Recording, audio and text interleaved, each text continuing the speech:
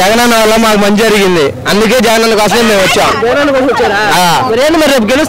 ఖచ్చితంగా గెలిపిస్తారు. పవన్ కళ్యాణ్ ఎట్లయినా ఓటు తెచ్చి పాతాలను తొక్కేస్తాడు. సింహం ఏడా సింగల్ జగన్ టికెట్ అంటే మరో జగన్ రావాలా. పవన్ కళ్యాణ్ వాళ్ళు కాదండి, ఏమి లేదు.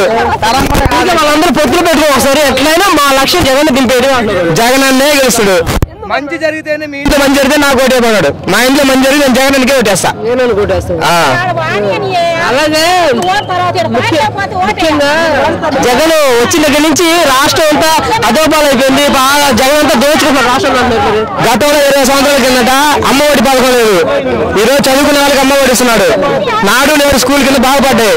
అవ్వ తాతలు ఇల్లు నుంచి బయట వాళ్ళని పెన్షన్ ఇస్తున్నాడు. గతంలో ఇవన్నీ ఉన్నాయా నేను అడుగుతా ఉన్నా, లేవు కదా. మరి ఈరోజు మంచి జరిగినట్టే కదా, అందుకని జగనానికి మేము ఓటేస్తున్నాం.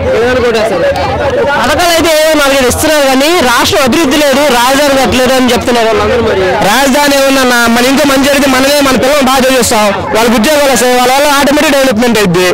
మనం మంచి చేస్తేనే కదా ఈరోజు మన నాయకుడు ఉంటే మన నాయకుడు మంచి చేస్తాడు అనే నమ్మకంతో మేము ఇక్కడికి వచ్చాం. అలాగే ఇది ఏదైనా ఎన్నో మీడియాలు ఉన్నాయి, జగన్ ని ట్రోల్ చేయడం కానీ, ఏ టాపిక్ మాట్లాడినా కాంట్రవర్సీ చేయడం కానీ, పబ్లిసిటీ చేసి జనాల్లోకి తీసుకుంటాం. దాన్ని ఎలా చూసాను? జగన్ అన్న ఓటేస్తే ఒక రైతు గెలిచిన వాడు వస్తాడు, ఒక విద్యార్థి గెలిచిన వాడు అవుతాడు, ఒక పేద కుటుంబం అభివృద్ధిలోకి వచ్చింది. అదే చంద్రబాబు ఓటేస్తే ఒక టీవీ ఒక ఆంధ్రజ్యోతి పేపరు, ఒక ఈనాడు జ్యోతి పేపరు వాళ్ళు మాత్రమే గెలిచిన వాళ్ళు అవుతారు. చంద్రబాబు నాయుడు అంట జన్మభూమి కమిటీ వాళ్ళు ఉంటే వాళ్ళే గెలుస్తారు. అదే జగన్ అన్న కొట్టేస్తే మంచి జరిగిన ప్రతి పేద కుటుంబం గెలుస్తుంది.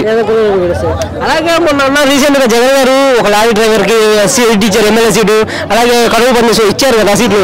మరి చంద్రబాబు ఒక లారీ టిప్పర్ డ్రైవర్ గా సీట్ ఇచ్చాడు, అదే విక్రీకరిస్తారు.